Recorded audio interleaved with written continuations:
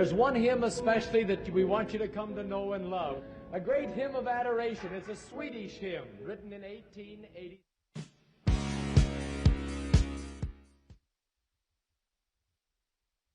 Not working hard. Yeah, right, picture that with a Kodak. Or better yet, go to Times Square, take a picture of me with a Kodak. Took my life from negative to positive, I just want y'all to know that. And tonight, let's enjoy life. Pitbull, Naya, Neo, that's right. I will not love you tonight. Give me everything tonight. For all we know, we might not get tomorrow. Let's do it tonight. They say almost kills the pain. Nothing is enough to live. Let's do it tonight. I want you tonight. I want you tonight. Grab somebody sexy, tell them hey. Give me everything tonight. Give me everything tonight. Give me everything tonight. Give me everything. Take advantage of the night, cause tomorrow I'm off to do battle, perform for a princess. But tonight, I can make you my queen and make love to you endless. It's insane the way the name growing, money keep flowing. Hustlers moving silent, so I'm tiptoeing. So keep blowing, I got it locked up like Lindsay Lohan. Put it on my life, baby. I'm gonna give you a ride, baby. Can't promise tomorrow, but I promise tonight. Excuse me, and I might drink a little more than I should tonight. And I might take you home with me if I could tonight. And baby, I'ma make you feel so good tonight. Cause we might not get tomorrow. Tonight, I will not love you tonight. Give me everything tonight. For all we know, we might not get tomorrow. Let's do it tonight. They say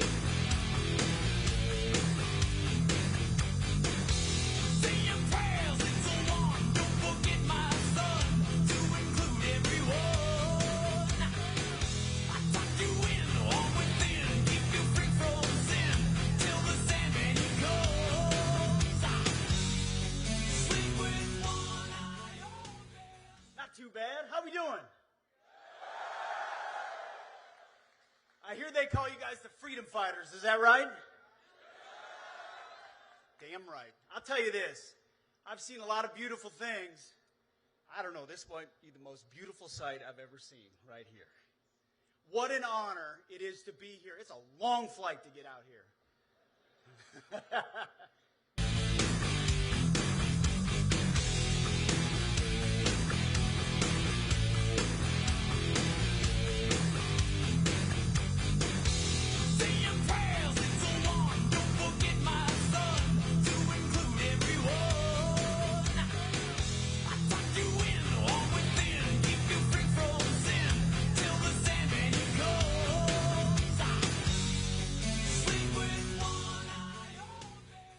Too bad. How we doing? I hear they call you guys the freedom fighters. Is that right? Damn right. I'll tell you this. I've seen a lot of beautiful things. I don't know, this might be the most beautiful sight I've ever seen right here. What an honor it is to be here. It's a long flight to get out here. You guys know that, but it is an honor. I got a cap back. I think I'll put this on. Does that look good?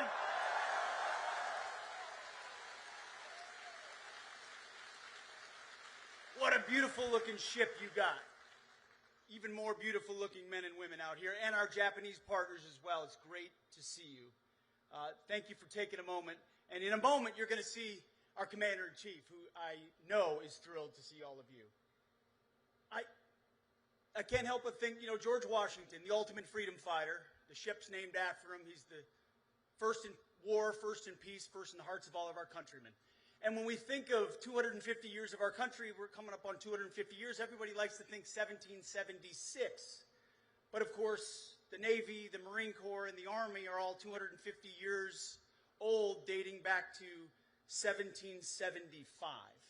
Right? We talk about 1776, and rightfully so, the Declaration of Independence, the amazing moment we launched this American experiment, but it doesn't start without 1775. Without Americans willing to pick up, well, then it was a musket. We didn't quite have aircraft carriers. A musket, willing to stand their ground and believe in something greater than themselves, to fight for freedom. And when I look out into your eyes, all those eyes way back there past the press, just get them out of the way. When I see all those eyes back there, I see the very same eyes.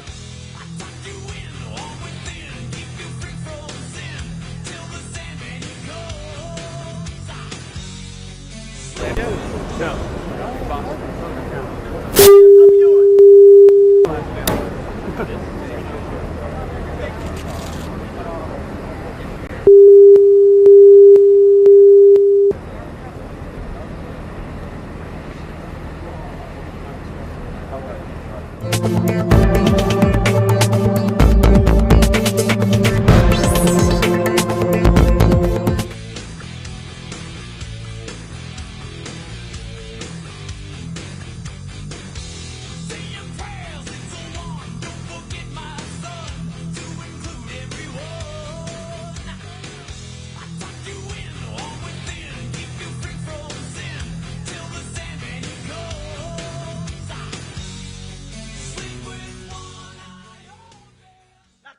How we doing?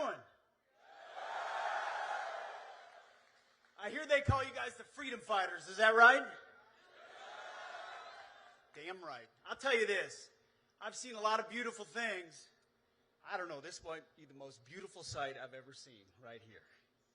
What an honor it is to be here. It's a long flight to get out here. You guys know that, but it is an honor. I got a cap back. I think I'll put this on. Does that look good?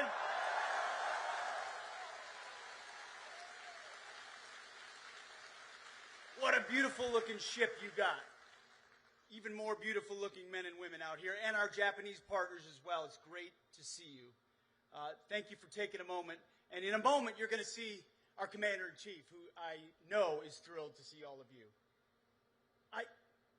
I can't help but think, George Washington, the ultimate freedom fighter, the ship's named after him. He's the first in war, first in peace, first in the hearts of all of our countrymen. And when we think of 250 years of our country, we're coming up on 250 years, everybody likes to think 1776. But of course, the Navy, the Marine Corps, and the Army are all 250 years old, dating back to 1775. Right? We talk about 1776, and rightfully so, the Declaration of Independence, the amazing moment we launched this American experiment, but it doesn't start without 1775. Without Americans willing to pick up, well, then it was a musket. We didn't quite have aircraft carriers. A musket and willing to stand their ground and believe in something greater than themselves, to fight for freedom. And when I look out into your eyes, all those eyes way back there past the press, just get them out of the way. When I see all those eyes back there, I see the very same eyes of those men and women from 1775 who were young, hungry, principled, gritty, tough, and willing to fight for the man and the woman on the right and the left. For deep principles and convictions that you still stand for today. You know, what President Trump's doing is pretty simple, but it's revolutionary. He's reminding the country and our adversaries that we're going to put America first. How about that?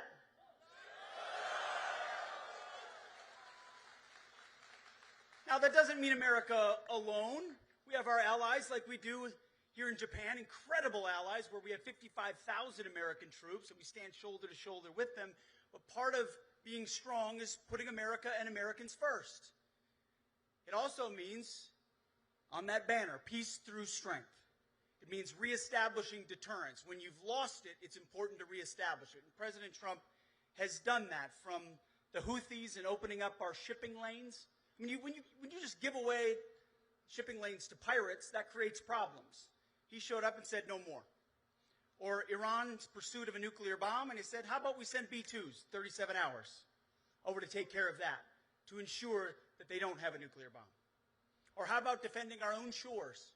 0 people crossing our border right now, because for too long we had an invasion of folks, and we don't know who they are and where they're coming from, crossing our borders, poisoning our communities with drugs. I would not...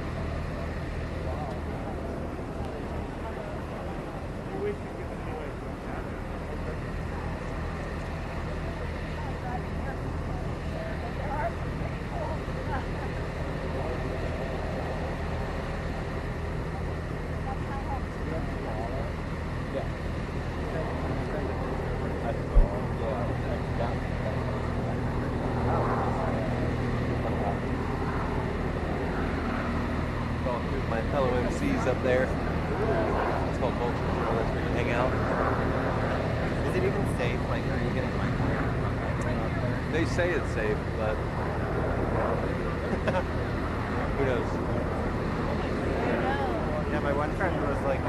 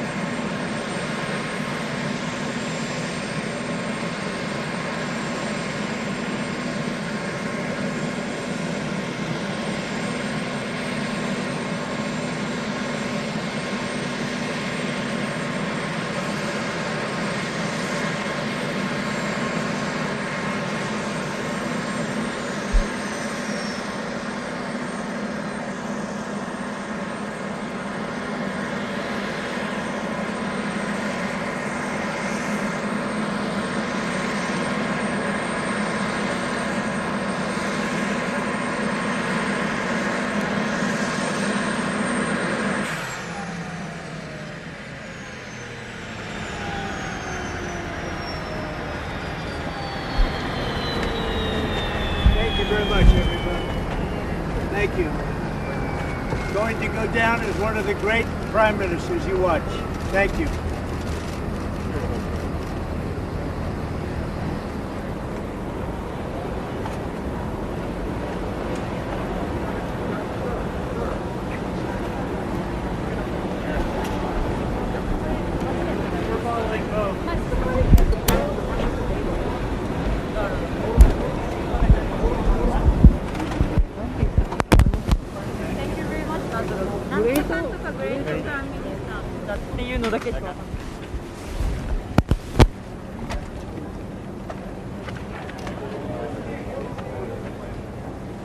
We will take the elevator down now.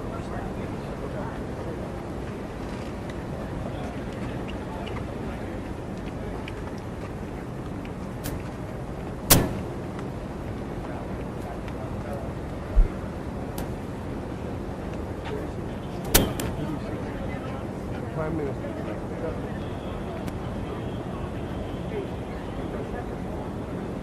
There's a rail in the middle with six.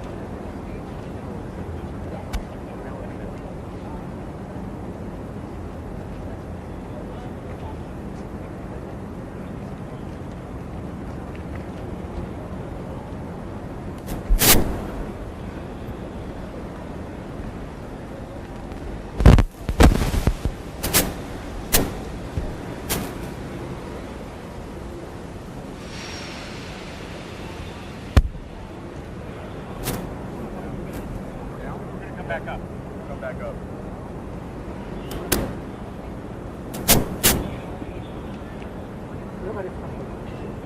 Stand clear of Ace 2. Ace 2 is going down the headway. Run Ace 2, run Ace 2.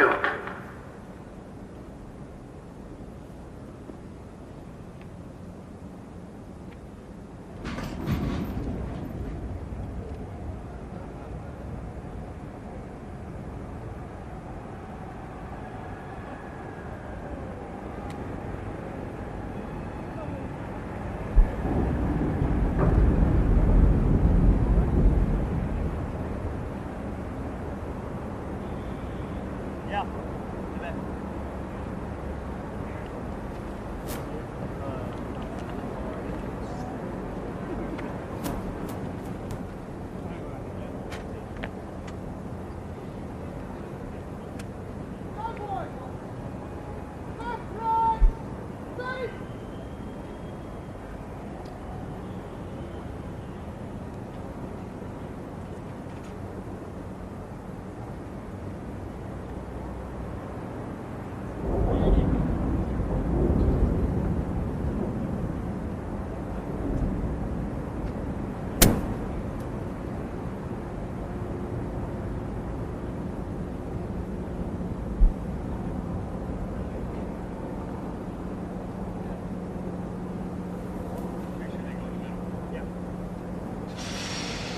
Alright guys, you come with me.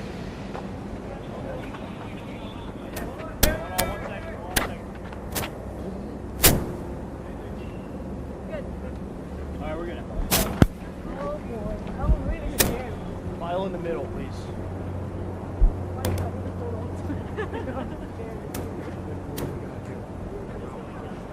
Come here, Mark. Come here. Going down the elevator to where our marks are. File in the middle, guys. File in the middle. 中入りください。結構早いので。これがエレベーターです。さっきのところ降りますんで、はい。で、ガンってなりますんで。まあ安全なんですけど、ちょっと気をつけてください。I don't know that any of you have your sea legs, so I'm a little concerned. ちょっと足がぐるぐるする可能性がありますので、気をつけてください。そうです。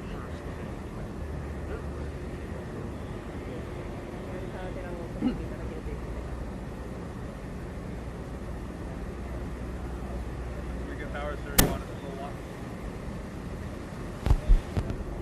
Yeah, sorry. That's usually the name of the pilot. Aircraft.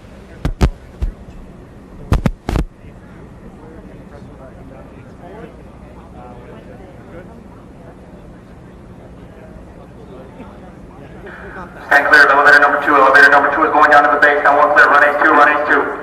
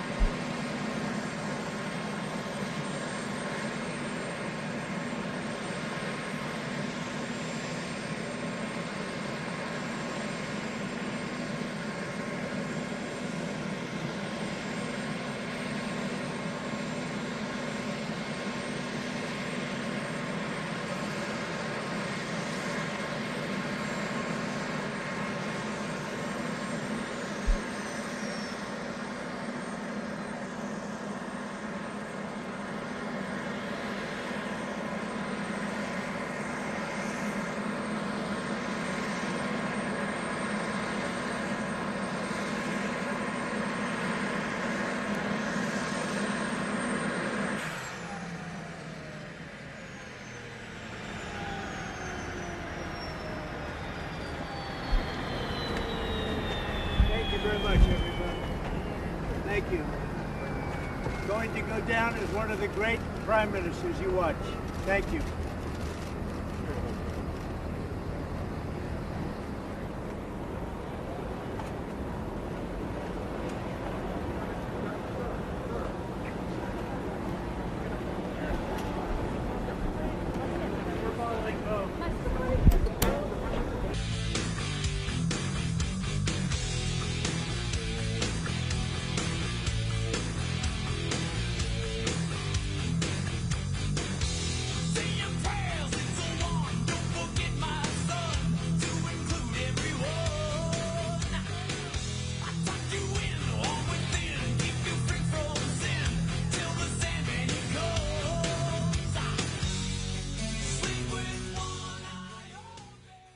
Too bad. How we doing? I hear they call you guys the freedom fighters. Is that right? Damn right. I'll tell you this. I've seen a lot of beautiful things. I don't know, this might be the most beautiful sight I've ever seen right here.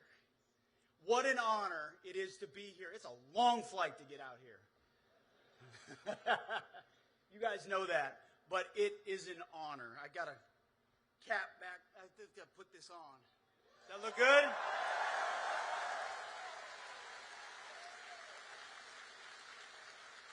What a beautiful looking ship you got. Even more beautiful looking men and women out here, and our Japanese partners as well. It's great to see you. Thank you for taking a moment. And in a moment, you're going to see our Commander-in-Chief, who I know is thrilled to see all of you.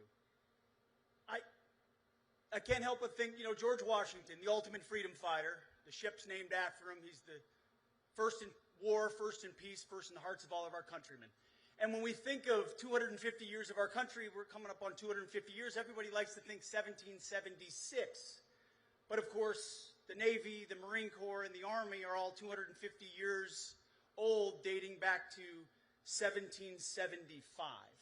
Right? We talk about 1776, and rightfully so, the Declaration of Independence, the amazing moment we launched this American experiment, but it doesn't start without 1775. Without Americans willing to pick up, well, then it was a musket. We didn't quite have aircraft carriers. A musket and willing to stand their ground and believe in something greater than themselves, to fight for freedom.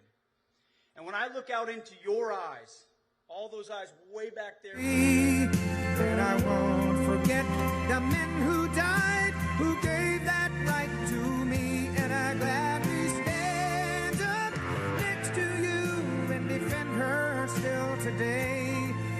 'Cause there ain't no doubt I love this land. God bless the USA.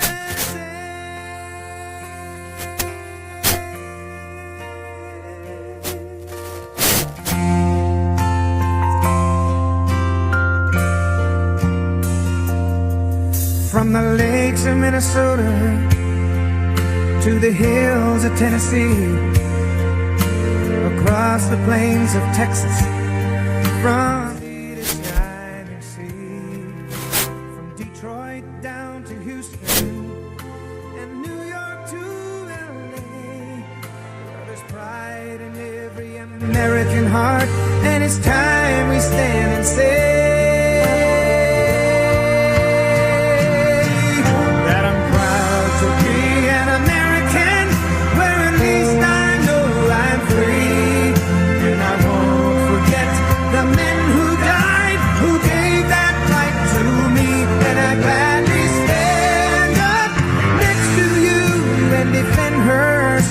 today, 'cause there ain't no doubt I love this land.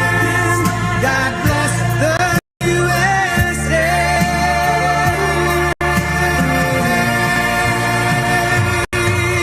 And I'm proud to be an American, where at least I know I'm free.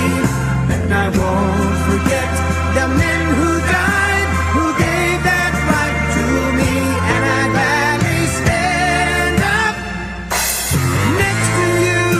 defend her still today, 'cause there ain't no doubt I love this land. God bless as the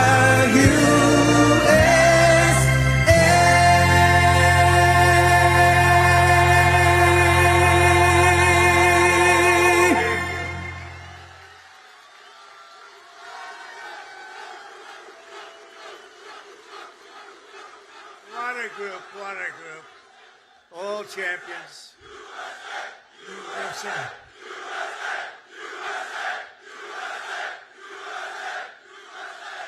Well, thank you very much. A big hello. This is a special group of patriots, champions, winners. You are winners. Oh, I'd love to have your job. I'd love to have your job. And a very special hello to the greatest sailors anywhere in the seas, the incredible men and women of the United States Navy. Very special people. Thank you very much. It's a great honor. Great honor to be here.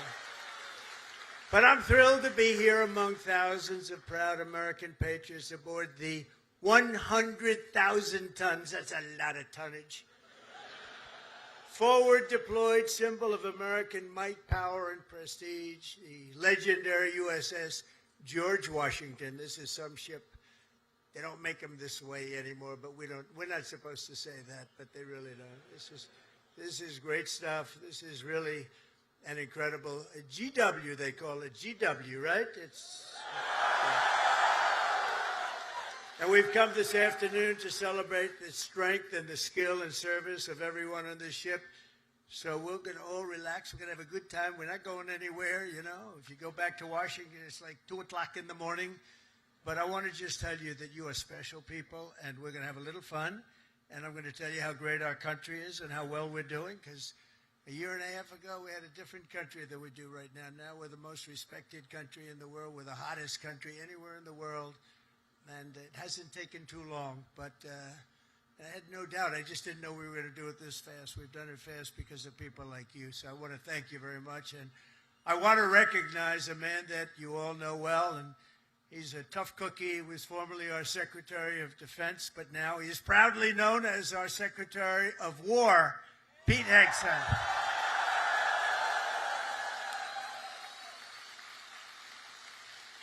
And, you know, I don't say this. He gave up a hell of a job. They were going to pay him millions of dollars. They didn't want him to leave. That crazy fox said he wanted him to leave. But he wanted, you know, every time I'd go on that show, all he wanted to talk about is the military. And I said, you know, if I ever do this, I'm going to bring this guy along with me. He knew more about it than anybody. He didn't want to be doing the other stuff. And he had a chance. He could have made so much money he wouldn't have known. He didn't want that. This is what you wanted, Pete. He's so happy now. Those drug ships aren't coming in anymore. We can't find a ship. There's no ships coming in with drugs, you know. It's like he's been incredible. So thank you very much, Pete. You gave up a lot. We appreciate it. Thank you. And unlike past administrations, we will not be politically correct. You don't mind that, do you? When it comes to defending the United States, we're no longer politically correct. We're going to defend our country any way we have to, and that's usually not the politically correct way. From now on, if we're in a war, we're going to win the war. We're going to win it like nobody ever before. You know, we'd go in, we'd blast the hell out of countries. Shouldn't have gone in. By the way, if you don't go in, that's even better. We don't have to go. They used to say, to the victor belong the spoils. Well, we'd be the victor that would leave, because we had people that didn't know what the hell they were doing. But we're also very honored to be joined by hundreds of our incredible Japanese partners, and they are incredible. Thank you very much. Thank you.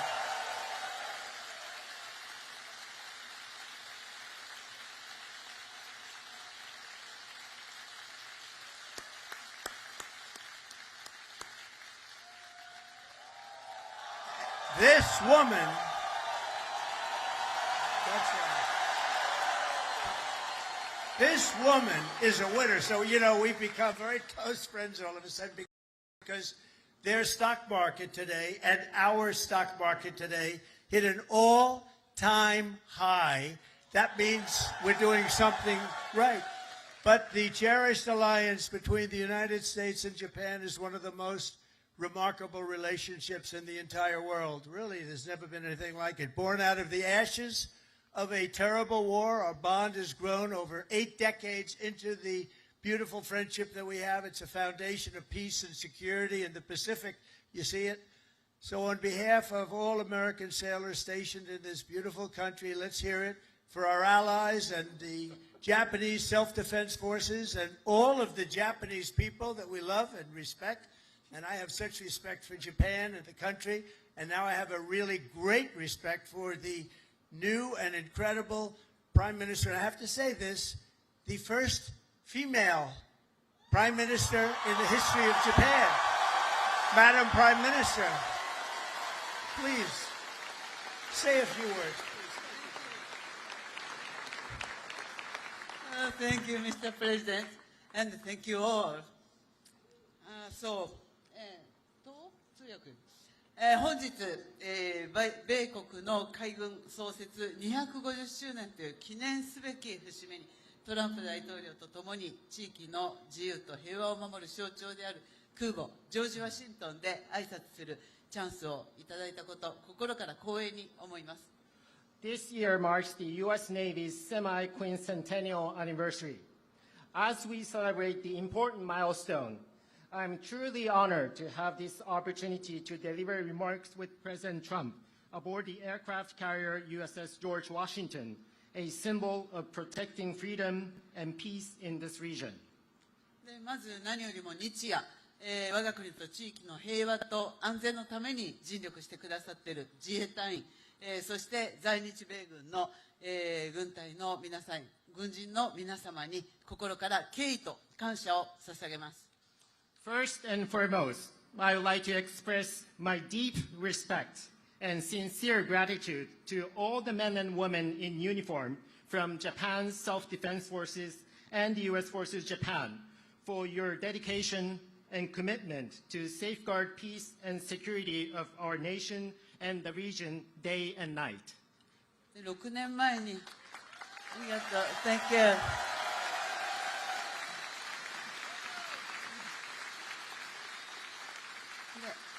6年前、この横須賀の地で、トランプ大統領と、亡くなった安倍晋三、総理が、日米が共に手を取り合って、この地域の平和と安全を確保していくという決意を示しました。6 years ago, at this same place here in Yokosuka City, the late Prime Minister Shinzo Abe and President Trump stood side by side and demonstrated their resolve that Japan and the United States would join hands to ensure peace and security in this region.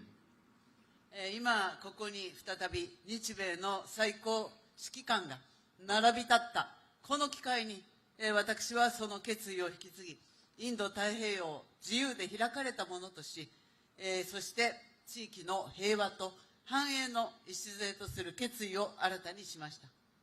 Now, as the two commanders-in-chief of Japan and the United States stand together once again, I have renewed my determination to carry forward that resolve and to make the Indo-Pacific free and open so that it will serve as the foundation of peace and prosperity for the entire region.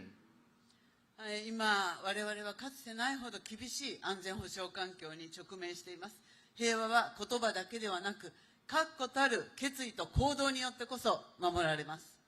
Now, we are facing an unprecedented severe security environment.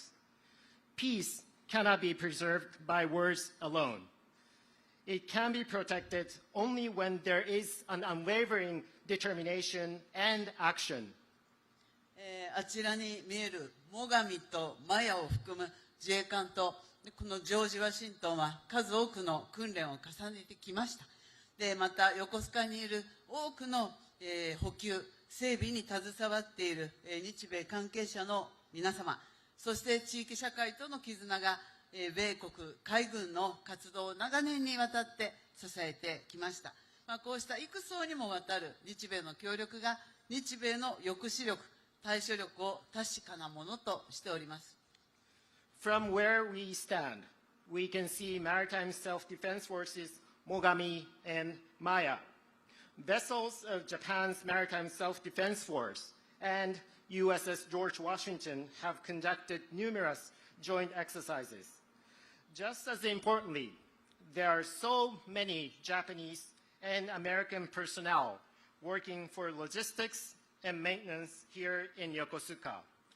And there's also a strong sense of bond with the local community here. Those are what have been supporting the activities of U.S. Navy over the years. There's no doubt that such multi-layered Japan-U.S. cooperation is what makes it possible for us to ensure the credibility of our two nations' deterrence and response capabilities. 私は決意しています。今後、日本の防衛力を抜本的に強化して、この地域の平和と安定により一層積極的に貢献していきます。So let me reiterate my unwavering determination here. Japan is committed to fundamentally reinforce its defense capabilities, and Japan is ready to contribute even more proactively to peace and stability of the region. そのことにより、トランプ大統領とともに世界で最も偉大な同盟になった日米同盟をさらなる高みに引き上げてまいります。Through these efforts, together with President Trump, I am determined to elevate the Japan-U.S. alliance, which has already become the greatest alliance in the world, to even greater heights. 日米は共に帆を掲げ、自由で開かれた海を進みます。この横須賀から紡がれる航路は、日米の絆を輝く未来へと導くことを確信しています。Japan and the United States will advance together with our sails raised high across a free and open sea.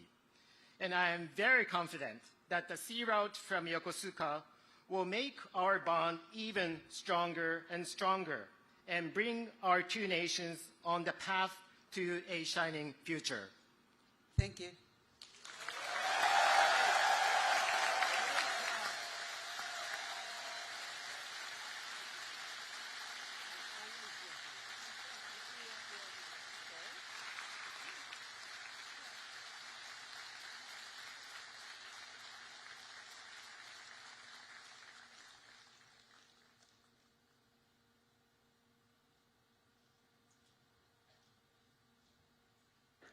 Beautiful. Thank you very much.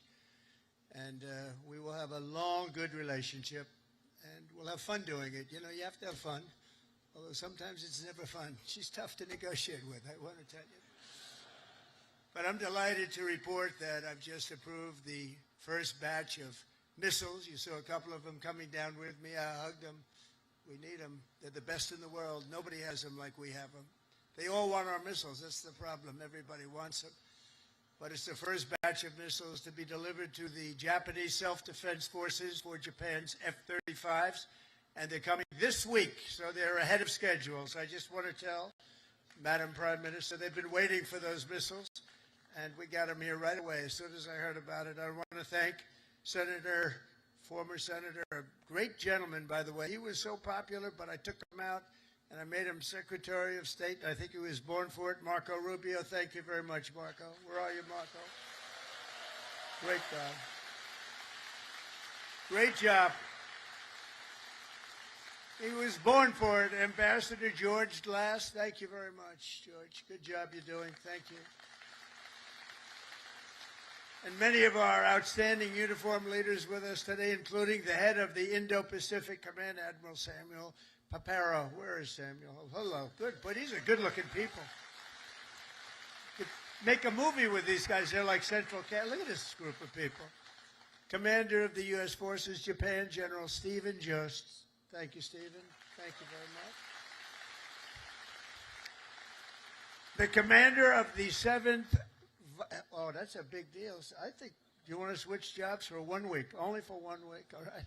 7th Fleet, big stuff. Vice Admiral Fred Kacher. Fred, thank you very much. That's great. And the commander of Carrier Strike Group 5, Rear Admiral Eric Pappy Andoze. Hello, Pappy. That's great. Good. Thank you very much. And of course, we can't forget about your command triad aboard the George Washington. There's nothing like this one. This is a beauty. And I hear your commanding officer is a big Alabama football fan. You know, I love Alabama. I love Alabama. Captain Timothy Waits, and let me just say, roll Tide. You know, I love Alabama. Roll Tide. Where's Timothy? Where's Timothy? That was a hell of a game this week. I don't know how the hell you pulled that one out. That was. If you didn't win, I wouldn't have mentioned it. I would have just introduced you. I wouldn't have. But you came back from oblivion. Isn't it nice coming back? You know, coming back is good. Thanks as well to your XO, Captain Patrick Blind. Patrick, where is he, Patrick? Patrick, thank you. Highly respected person. All of these people are the best. Look at them. I mean, you look at them. They could have any job they wanted. They could walk down to Wall Street, make a fortune. They wouldn't do that. They like what they're doing, and nobody does it better, as well as really one of the most important people on the ship. Have you ever heard of Command Master Chief Tony Roberts? Have you ever heard of him?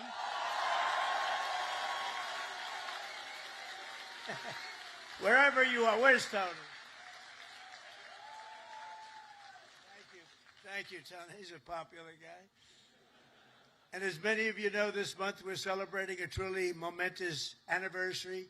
250 years of courage and pride, honor and victory by the United States Navy. 250 years. Can you imagine?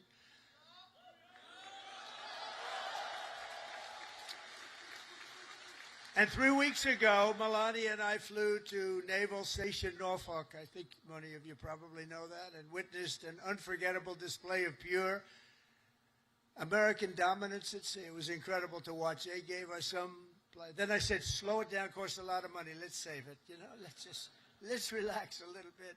They gave us some great display, from the thunderous roar of the guided missile destroyers, never saw anything like it, to the spectacular sight of nuclear submarines all over the place, to the unstoppable force of another great American aircraft carrier. One thing was clear, that no enemy will ever even dream of threatening America's Navy. There's no Navy even close, not even close. You hear about some of them doing ships, but nobody can do what we do. Nobody has what we have. And we also have the best equipment that rides along in those ships. You see that nobody makes equipment like we do. Nobody makes the ammunition, the weapons, the missiles, the planes, none of it. And if they do, the American sailor stands ready to crush them and sink them and wreck them and blast them into oblivion, right? We have to.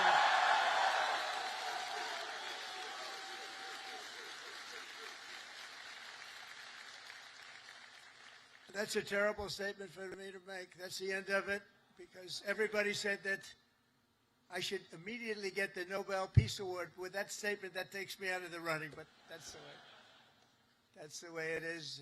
The United States is blessed with the strongest and most powerful military in the history of the world. There's no military like our military, not even close. Nobody has our weapons, and it'll be stronger and more powerful than ever before very soon. You know, we just approved the biggest budget in the history, over $1 trillion. Over $1 trillion. We have the best ships, the best airplanes, the best submarines, the best technology. But above all, we have America's military. It's the best people. It's all about the people, ultimately. You have to work all of that fancy stuff that we make better than anybody else. The fact is, we do make the best weapons, but if you don't have the right people to operate those weapons, they don't mean much. Despite that, as Commander-in-Chief, I never forget that our ultimate strength does not come from equipment. It comes from the men and women of the rank and file. That's true. It comes from you people, incredible people, good-looking people, too many good-looking people. I don't like good-looking people. I never liked good-looking people, I'll be honest with you. I've never admitted that before. But see, I'm allowed to. You know, we won in the Supreme Court a thing based on merit. You know about that, right? Merit. Everything now in our country is based on merit, and that's why I look at you and I see nothing but merit. It's great to have a country back where we can go by merit now. We don't go by anything else except for talent and work and hard work, and it's such a big win. That was one of the most important wins, and the will, patriotism and spirit in your hearts is our single greatest weapon. The strength that you have is unbelievable. That's why, as we make a record investment in our military, we've never spent so much, and we've never spent it more wisely, because now we watch it. We spend it properly. I'm also supporting an across-the-board pay raise for every sailor and service member in the United States Armed Forces.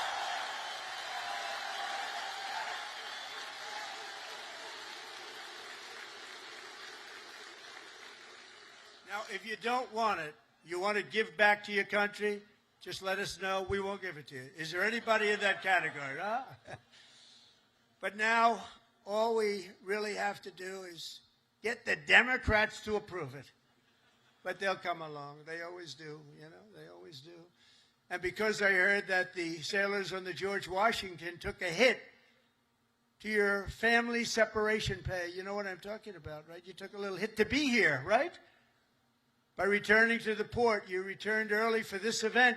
I am delighted to announce that as your sort of boss, I don't feel like your boss, but I guess I am. At least you'll be happy about this one. At my direction, we're going to make sure that you receive the full amount that you were owed for the deployment. And we're not going to deduct anything because you came in to listen to your commander. I'd like to be an admiral. I always wanted to be an admiral, to be honest. Don't tell the other people that I love so much. You know, they sit around the table, they have all those beautiful stars and stripes. But I'll tell you what I love. I will always love the admirals. I love those uniforms. And I look at these guys. I don't think I would have done very well if I had to compete with these people. They're too good. But I always felt that the Navy is a very special group of people. And I see it when I see you. I see it over the past 11 months. The spirit of our military has been soaring like never before. You know that. The spirit of our country has been soaring. After years of recruiting shortages, and we had bad ones. It was embarrassing, frankly. During my campaign, before the election, November 5th, after that, it all changed. After we won, it all changed. And now we have waiting lists with record numbers trying to join the U.S. Navy and all of the armed forces. We have literal waiting lists, and I'm pleased to report that 2025 was the Navy's single best recruiting year in many generations. That's pretty good, isn't it?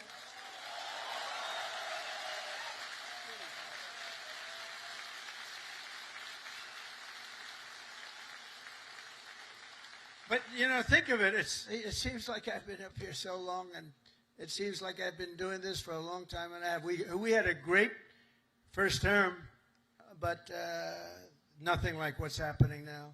We had the greatest economy in the history of our country. I rebuilt the military in the first term, and then they gave a lot of it away to Afghanistan. But it was really just a tiny speck, but it was the concept of what it was. But we rebuilt the military, and we did so many things in the first term, but we're blowing it away right now. But think of it, just 1 year ago, I was in the middle of a campaign. Can you believe that? It doesn't feel that way. I said, you know, you're right. It's not November 5th yet. We have another week or so to go. I was campaigning 1 year ago. And look at all the things that we've done since this unbelievable day, November 5th. That's when it all changed. When we won on November 5th, it all changed, and we went from a country that wasn't respected and a lot of people that had no spirit. That includes joining the police, the fire departments. They didn't want to join. After that, they started joining, and it seems like 10 years ago, not less than a year. Think of it, less than a year ago, I was campaigning. You know, we won the second election by a lot, so we had to just prove it by winning the third by too big to rig, I called it. It was too big to rig. And it was an amazing victory. And thank goodness we won, because we were in big trouble. We were in big trouble. But the new recruits, every sailor aboard this ship has answered a sacred call of duty to cross any ocean, fight any battle, and defend America and its allies with unwavering resolve. As you know, the George Washington is the only aircraft carrier on Earth that is permanently stationed overseas. It's permanent. Now, if you'd like to take a trip back to America, hell, let's do it one time. Well, I'll join you. I'd love to join you. You know, when I landed on this, it doesn't feel like a ship. It's solid. This is a solid piece of stuff. These 4.5 acres of power and steel are the front line of American freedom in the Pacific. Every day you're taking risks to keep our country safe and to defend peace and security in this incredible part of the world, working with Japan, working with other nations. I just left Malaysia. We stopped a big war with, you know that, we stopped 8 wars. Can you imagine? In 8 months, I stopped 8 wars. Like, I stopped a war a month. Think of that. That's pretty good. But I just left Malaysia. Thank them because they helped us very much with one of them, and actually for even a second, they're great people, and they send their regards. I spent a day there with the Prime Minister, and we had a good time. But you carry out your mission bravely, you carry it out brilliantly, and on behalf of all Americans, I just want to say, and I came over to say it loud and clear, thank you very much. Thank you. Thank you. Incredible people. You are incredible people.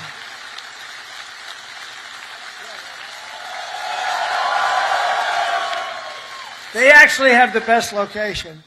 Because if they're really good looking, they end up in Hollywood. You know, you're not going to, you have a great look, but you're not going to end in Hollywood. They can just see the back of your head, all the media. Look at all the fake news back there.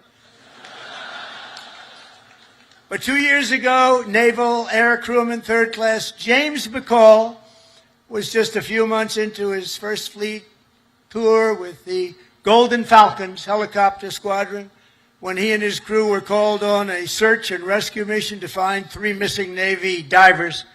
Incredible, brave guys, the divers. But they were stranded at sea and right off the Japanese coast. They were exhausted and assuming they were going to die. They assumed they were going to die.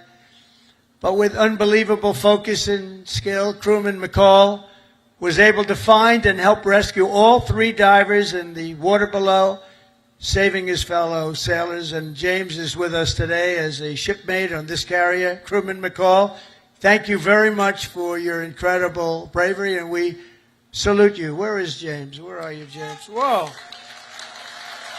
Come up, James. Get up here, James. Come up here.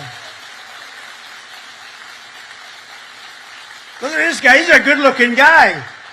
Get out of here, James. I don't want you up here. No, come here, James. Nice to meet you. You want to say something? Come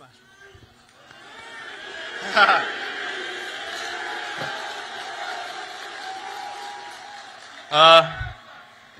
I just want to say I appreciate all my fellow shipmates. What I did back then in Iwakuni, it was heartbreaking for losing those loved ones down there, but we brought some back whenever we went down there. And just God bless America and all my fellow shipmates. Appreciate it. And stay a bad Larry.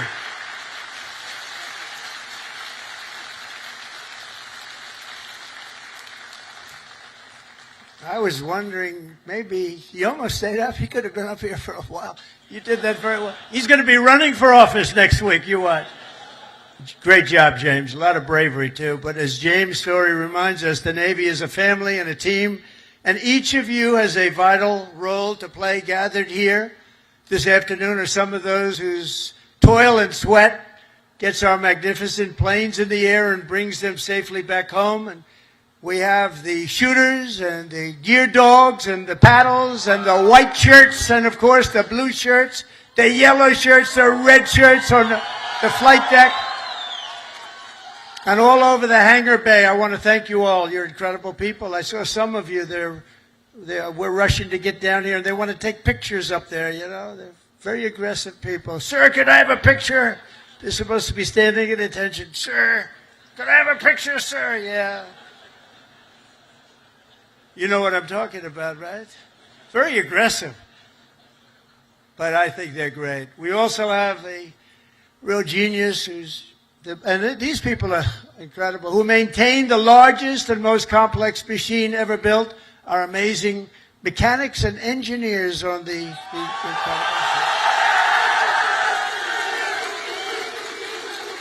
And I asked your captain, you know, I'm building aircraft, I'm building a lot of things, but I said, Captain, you got to tell me something.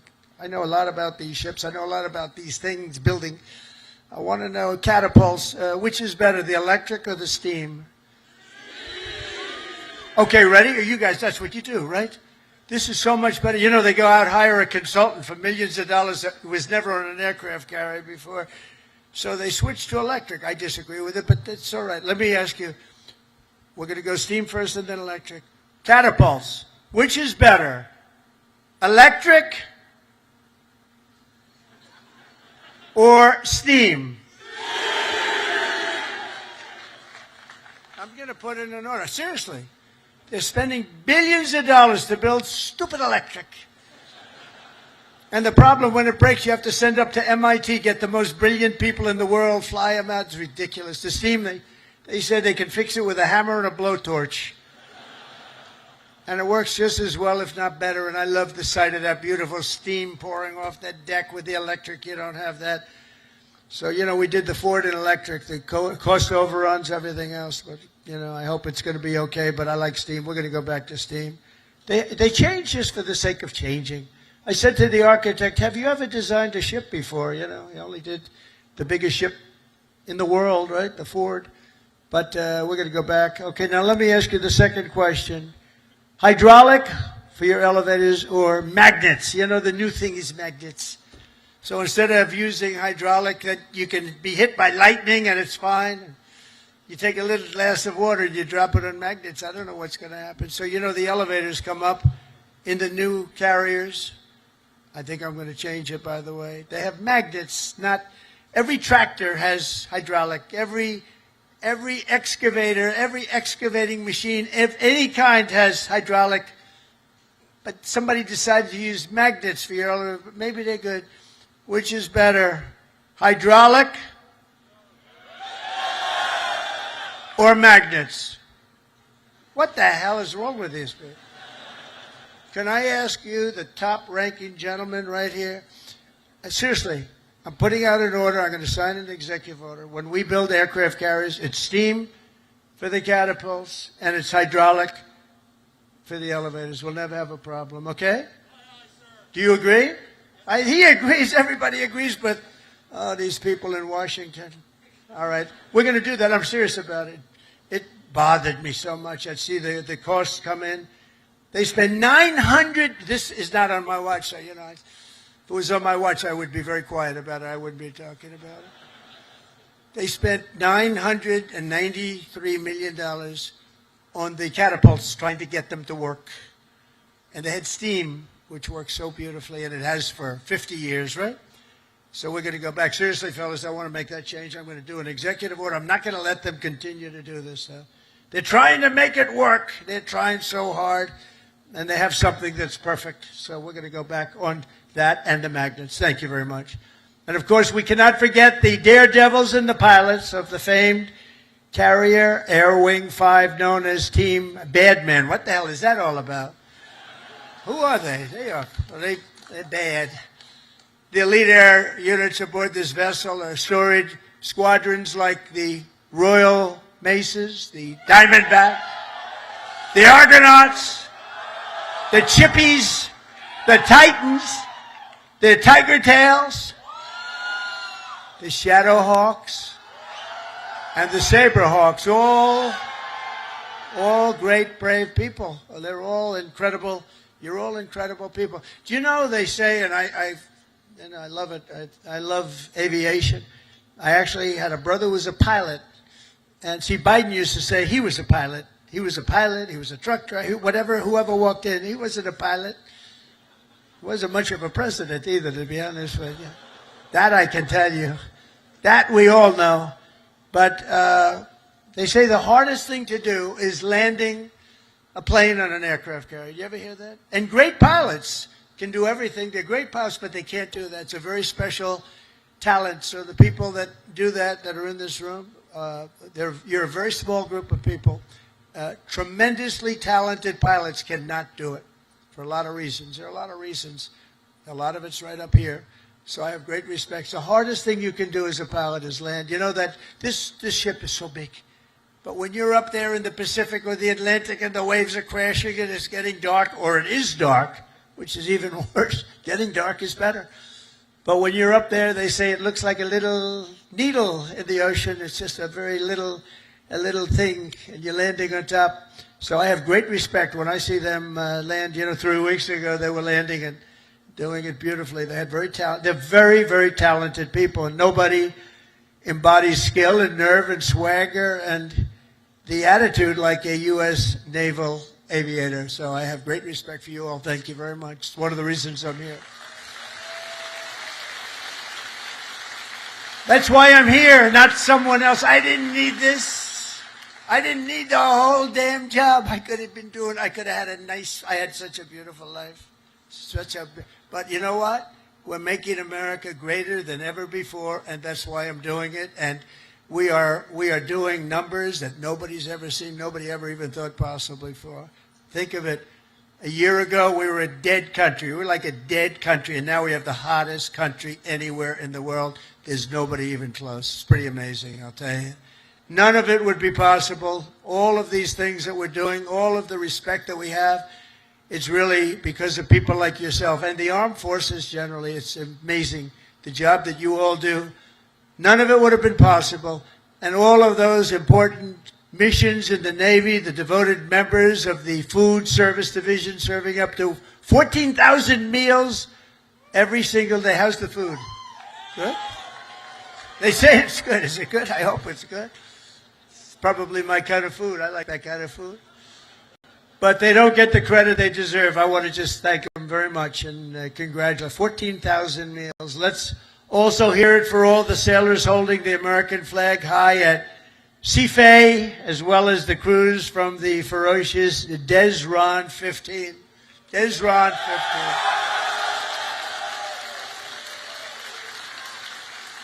But together, the sailors here today give your very best to our nation, and as your commander-in-chief, I'm fighting every single day to ensure that we give you our very best also. We do. We're giving you everything. We're giving you more than anybody's ever given. We're bringing it up to a standard that nobody's ever seen before. We're starting to make ships also. Part of our deal with the trade is we're starting to make ships. We used to be number one at making ships, and then we lost our way. But now we're starting to make ships again, and we'll do it very soon. It's not going to take that long, but it's a process. It's not like making a bullet. It's not like it's a big, long process. We've got it going, though, I think, in the right direction. I think within a short period of time, the Philadelphia yards, as an example, is now owned by a group that's going to be making a lot of ships, a good group of people. And we're going to be working also with Japan on making ships. We're going to make a lot of ships again. We used to think of it, we were number one. And then over the years, they just lost their way. They started making other things. They stopped making ships. So we're going to be making ships again. We've more than, think of this, $17 trillion, trillion with a T, pouring into the United States of America from all over the world. And that's the biggest number in the history of any country. And by the time, and this is in 8 months, really. We're here 9, but this is in 8 months. Over $17 trillion. As an example, the last administration did less than $1 trillion in 4 years. We did more than 17 trillion in 8 months. And I think by the time we finish up our first year, we're going to be over 20 or $21 trillion of money coming into our country. And I want to thank Japan, because Japan is making big investments into the United States, and they're very happy because the stock market's gone up very nicely. We've made Japan a lot of money. That's okay. But they're a big investor in our country, and we like that. But think of those numbers. We weren't doing anywhere near. We were laughed at, and now they're all saying they've never seen anything like what's happened in such a short period of time. And I was just told by the Prime Minister that Toyota is going to be putting auto plants all over the United States to the tune of over $10 billion. So that's Toyota. So go out and buy a Toyota. And that's a lot to do with, because right now we have all the AI plants, we have so many things happening in the United States, and it's because of November 5th, Election Day, but it's also because of tariffs.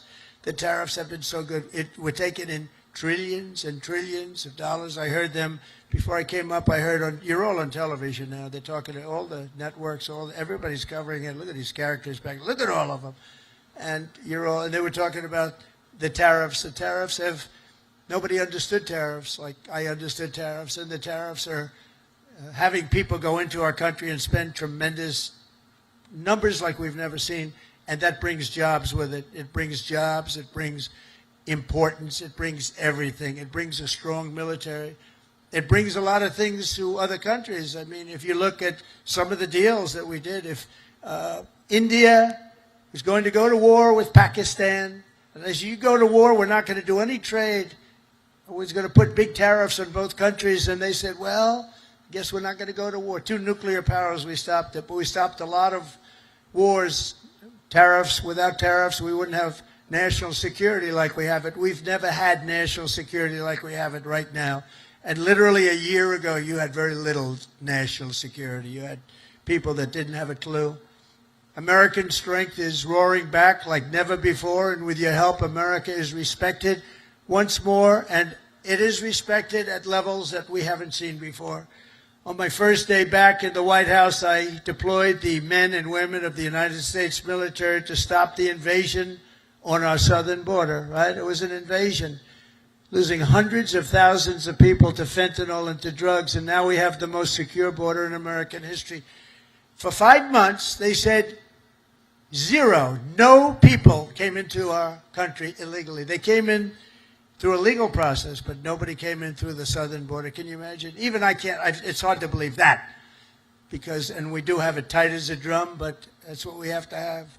If you don't have borders, if you don't have a fair media, if you need certain things. You need a good, fair media. They're getting better. They're not there yet, that I can tell you, but they're getting better. But you need borders. You got to have borders in a country, or you don't have a country. And now we have a border that the likes of which this country has never seen before, and people respect us for it. With the help of our war fighters, we're decimating the savage drug cartels that poison our people. 200,000 people, maybe more than that, died last year because of what came into our country.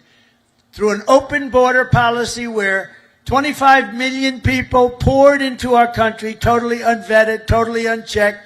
They came from prisons. They came from mental institutions and insane asylums. They were drug dealers. They were bad people.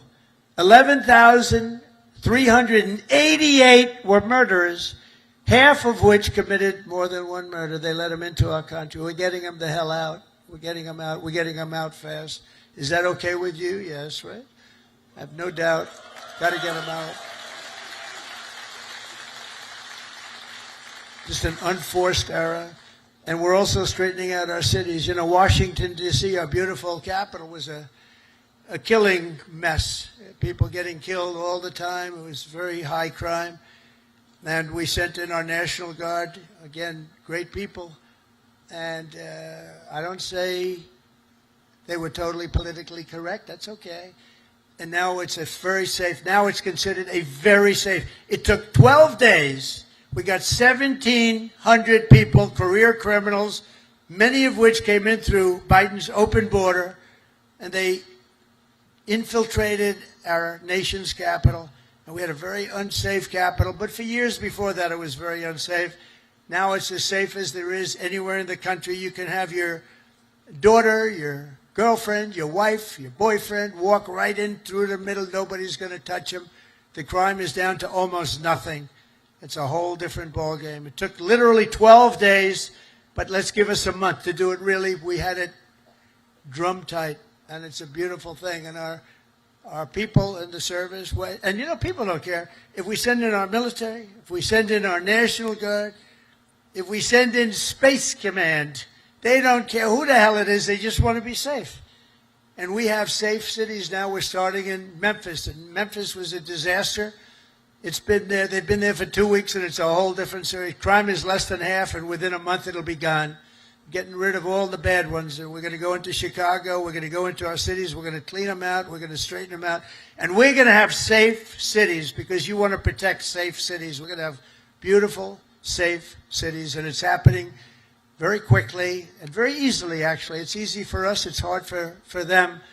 And we have to have a little more help. It doesn't matter, really. We can do as we want to do, but it would be nice to have more help from some of the Democrat governors that don't mind. In Chicago, 2 weeks ago, 4 people murdered, 11 people shot. This weekend, it was like terrible, much worse than that. And then we have a governor that stands up and says, oh, it's wonderful, it's not wonderful. And what we're doing is we're going to make it totally safe. It'll be very safe very soon. And we're doing that with all of our cities that are troubled. We have cities that are troubled. We can't have cities that are troubled. And we're sending in our National Guard. And if we need more than the National Guard, we'll send more than the National Guard, because we're going to have safe cities. We're not going to have people killed in our cities. And whether people like that or not, that's what we're doing. And you've been watching what our missiles do to boats and ships and submarines. How about the submarine? They said, no, that was just fishing. The radical left Democrats said, well, it was a submarine, but they were just fishing. Submarines don't go fishing, do they? You know more about submarines than I do. You have a beauty parked outside, actually. This is a submarine, and you know what it was designed for? Transporting drugs, and it got hit. But each one of those vessels that we hit kill, on average, 25,000 people, American people, every single year. They kill, each one of them kill 25,000 people. So we have to stop it, and we have stopped it. And I want to thank Pete for having the courage to do it. And believe me, people are very honored that you do it. 25,000 people for each boat. For many years, the drug cartels have waged war in America, and at long last, we're finally waging war on the cartels. We're waging war like they'd never seen before. And we're going to win that battle. We're winning it already. The sea, I mean, the only problem is nobody wants to go into the sea anymore. Even the fishing boats, they say, let's take a pass. But they don't want that. But we're knocking them out one by one. And very importantly, we've stopped, almost stopped completely, the drugs coming in by sea. And now we'll stop the drugs coming in by land. That's going to be very easy. More importantly, we're ending wars. We're ending wars all over this planet. And as you know, and I said before, I ended 8 wars in 8 months, the most of any president in history. No president that we know has ever ended any war. A lot of them go into wars. But this includes Kosovo and Serbia, the Congo and Rwanda, Pakistan and India, Israel and Iran. You saw that. How about those B-2 bombers? They went in there. They took out that nuclear capability. They would have had, Iran would have had a nuclear weapon within 2 months. Not anymore. Egypt and Ethiopia, Armenia and Azerbaijan. That was going on for 35 years. Big, horrible war. And just this month, we ended the war in Gaza, in the Middle East. We ended the war in the Middle East. Nobody thought it was possible. And we also just signed a deal in Malaysia between a war that was just starting, Cambodia and Thailand. So we saved millions and millions of lives, and I did it mostly verbally. We didn't have to get you involved. When we don't get you involved, that's a good thing. We don't want you to get involved. If I can avoid you getting involved, if I have an ability to do things that maybe other people don't, or we see things, but we stopped a lot of those wars based on trade and tariffs and penalties, and you know, they're getting all ready to fight, and then we tell them, no more trading with the United States. We're putting tariffs on your nation, et cetera, et cetera. It's called national security for us, but it's really national security for the whole world. And everywhere we go, America is actually making peace, and it's peace through strength. When they look at this, when they look at you people, they say, we're not going to mess around with them. So it's very important. After years of crippling inflation, back home, we had the worst inflation in the history of our country. Energy costs are down. You know, energy costs are way down. Gasoline prices are way down. Grocery prices are way down. We have a little problem with beef. We're going to get that down very quickly, but the prices are way down. Mortgage rates are down despite having an incompetent head of the Fed. I call him too late. He's always too late. He's too late in lowering interest rates. I call him Jerome Too Late Powell. But despite having a totally grossly incompetent guy, we have we blow through it because we're doing so well. Inflation has been defeated, and workers' wages are rising at the fastest pace in 60 years, and that includes your wages. They're rising in the fastest pace. The workers, I'm not talking about the rich people. Rich people, everyone's doing well. Everyone in our country is now doing well. My first term, we built the greatest economy in the history of the world. We had an economy like nobody has seen before. Now we're doing it again, but this time actually it's going to be much bigger, much stronger. I told you $17 trillion, but it's going to be $21 trillion. And that's numbers that have never been heard of before. Much bigger than any other country in the world by literally $15, $16 trillion. It's amazing. The sailors in this ship sacrifice so much for our country, and the president, and I will tell you, the president standing right up here loves you. I respect you and I love you. And I'm giving everything I have to make sure that when you get home, you find an America that is safe and proud and sovereign and free. One service member who reminds us that we're working for you and for everybody and for our country is Chief Warrant Officer Will Hightower, who serves on the George Washington in the all-important deck department. Do you know what the deck department is? I have no idea. But they do. In April 2024, Will sailed away from Norfolk, leaving behind his wonderful wife, Megan, their precious 6-year-old daughter, and their 1-year-old son. In the past 12 months, he has only been home for 3 weeks total, 3 weeks. An enormous sacrifice, very tough on the family, but an experience everyone on the ship really knows very well. In February, Will's tour will come to an end, and he will finally be going home just in time for his daughter's birthday. So, Will, I want to thank you together with all of those people that go through the same thing. I want to really thank, where is Will? Is Will around here? Where is Will? Wow, look at him. It's a good-looking people here. That's great, Will. How does it feel? Good? That's good. It feels amazing. That's fantastic. That's fantastic. See, in the old days, I'd say, does your wife still love you? But I don't do that anymore, you know? Does your wife still love you? Yes. Do you still love your wife? Every day. That's good. Okay, that's good. So that's good. Great. Beautiful. Say hello to your daughter, right? And your wife. And just in conclusion, every sailor here today inherits a legacy of valor and grit and glory unmatched in the long history of mankind's voyage on the seas. It's a voyage like nobody's ever had like you have. For 2.5 centuries, America's Navy has preserved the vision of our first Commander-in-Chief, who gave this ship its storied name, its righteous soul, and its timeless motto, first in war, first in peace. Very famous phrase, George Washington. After 250 years, that is exactly what our country is today. It's first in war, first in peace, first in wealth, first in power, first in science, first in spirit, and first in freedom. And we went through 4 bad years, but now America will always be first again. If you have the right person up here, if you have somebody that understands a lot of different subjects, we're going to be bigger, better, stronger, and more important, really, frankly, to the world. Japan respects us. If you see what's going on all over the world, they're respecting us again. They respect us like never before.